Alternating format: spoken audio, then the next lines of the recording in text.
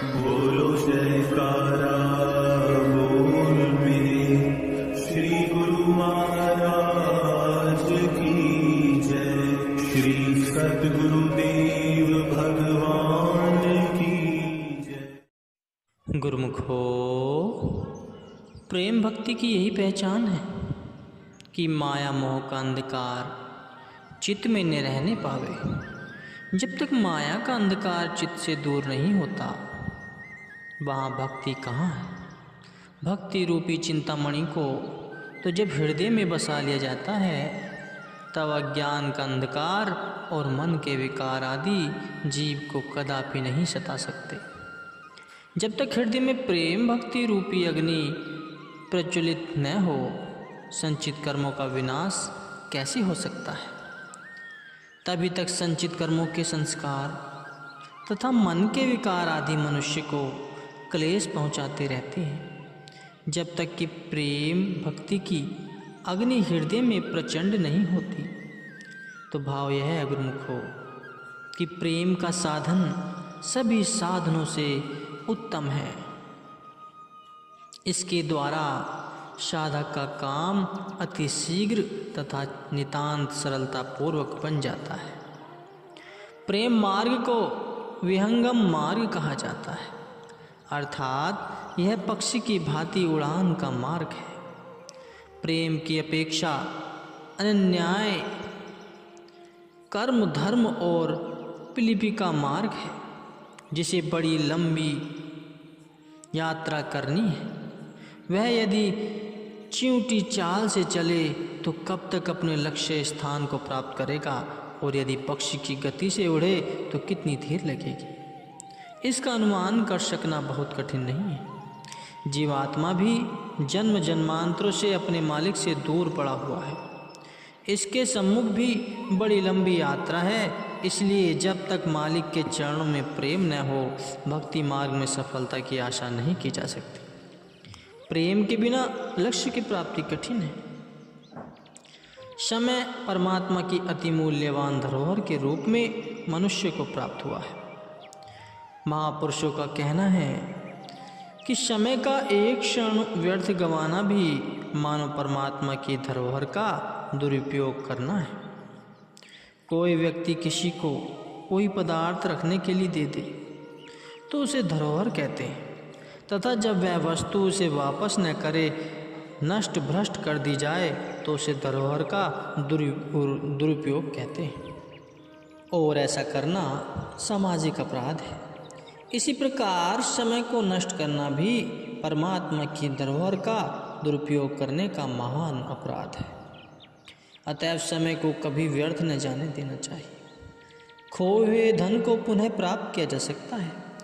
भूली हुई विद्या को भी परिश्रम द्वारा पुनः प्राप्त किया जा सकता है।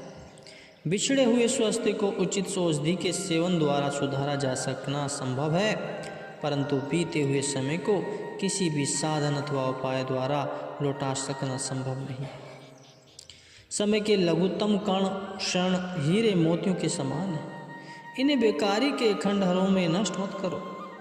जो मनुष्य समय का उचित मूल्यांकन नहीं करता, समय भी उसका मूल्यांकन नहीं करता।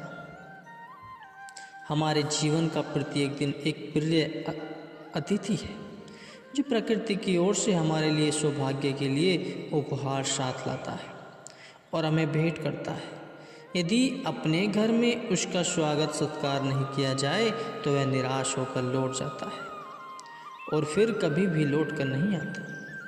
इसी प्रकार समय भी जीवन का ताना बाना है, और इसके अति कोमल नन्हे नन्हे तारों अथवा क्षणों से ही जीवन की विस्तृत चादर बुनी जाती है। यदि इस ताने बाने को बाल्यकाल और युवावस्था की अनियमितताओं द्वारा तोड़ दिया जाए तो यह बहुत बड़ी हानि होगी, क्योंकि यह ताना बाना फिर कभी नहीं ताना जा सकता।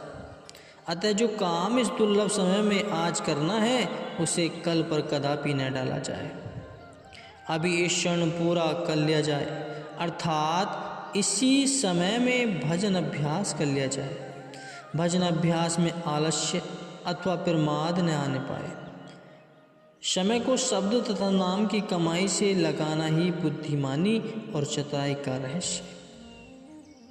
सभी महापुरुष, वेद, शास्त्र तथा सत्पुरुषों की वाणियाँ भक्ति की महिमा का गान करती। भक्ति की महिमा को कोई एक प्रकार से वर्णन करता है तो कोई अन्य प्रकारांतर से। जिस भक्त की इतनी महिमा तथा जिसे सत्सात्विक प्रकाश कहा जाता है, वह क्या वस्तु है और उसे किस प्रकार से प्राप्त किया जा सकता है? श्रद्धा विश्वास के द्वारा मन को निर्मल बनाना है, जिससे कि उसमें भक्ति का प्रकाश भरा जाए। इसके लिए सत्य व्यवहार की आवश्यकता है। गुरु के प्रति कोई छल कपट का व्यवहार करे अथवा आज्ञा का उल्लंघन करे तो क्या उसके हृदय में भक्ति का प्रकाश हो सकेगा? कदापि नहीं। गुरु आज्ञा का उल्लंघन करने पर काल और माया जीव पर अधिकार प्राप्त कर लेते हैं। यदि सेवक आज्ञा रेखा के भीतर रहे तो काल का दाव उस पर नहीं चल सकता। कबीर साहिब कहते हैं, सतगुरु शब्द उल्लंघनी के, जो सेवक कही जाए, जहाँ जाए तह काल है, कह कबीर समझाए। सतगुरु के वचन का उल्लंघन करके सेवक कदापि सुखी नहीं रह सकता, क्योंकि वह जहाँ भी जाएगा सर्वत्र उसे फंदे में फंसने के लिए काल विद्वान है। गुरु आज्ञा की परिधि में रहने वाले सेवक का तो काल भी कुछ नहीं बिगाड़ सकता। श्री कबीर साहिब जी का कथन है कि इस परिधि से बाहर होते ही सेवक पर काल का दाव चल जाता है और वह उससे अपना बचाव ही नहीं कर सकता। माया और काल का चक्र संसार में दिन रात चल रहा है। सीता रूपी सुरती अहंकार रूपी रावण की कैद में पड़ गई है। इसे अहंकार के बंधन से मुक्त कराने के लिए गुरु आज्ञा पालन आवश्यक है। गुरु आज्ञा का पालन करने से ही भक्ति प्राप्त होगी, क्योंकि गुरु शिष्य का नाता वचन से ही होता है। महापुरुषों का कथन है, गुरु और शिष्य वचन कर नाता, सो सेवक जिस वचन पछाता।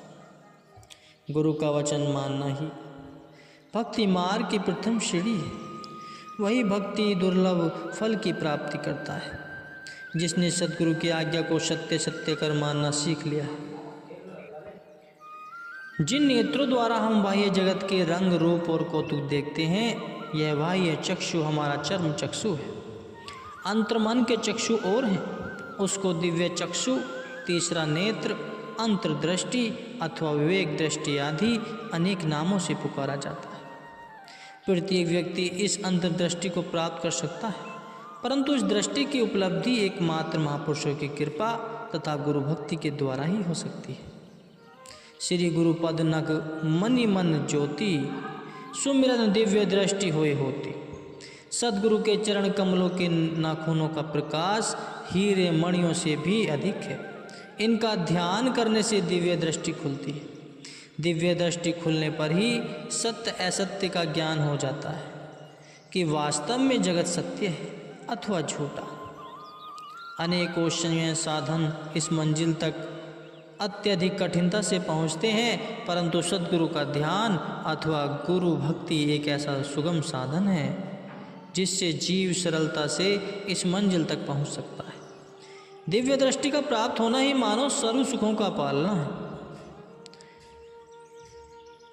सर्व सुखों का पाना है। यह दिव्य दृष्टि सद्गुरु के चरण कमलों का ध्यान करने से अथवा शब्द अभ्यास की कमाई से प्राप्त होती है, जिससे मोह माया का समस्त अंधकार दूर हो जाता है और विमल प्रकाश की प्राप्ति होती है। यही दिव्य नेत्र अथवा तीसरे तिल को ही शिव नेत्र कहते हैं, जो सद्गुरु की कृपा बिना नहीं खुल सकता। अतएव सद्गुरु की शरण में जाकर नाम की कमाई से दिव्य दृष्टि खोलने का ढंग सीखना चाहिए।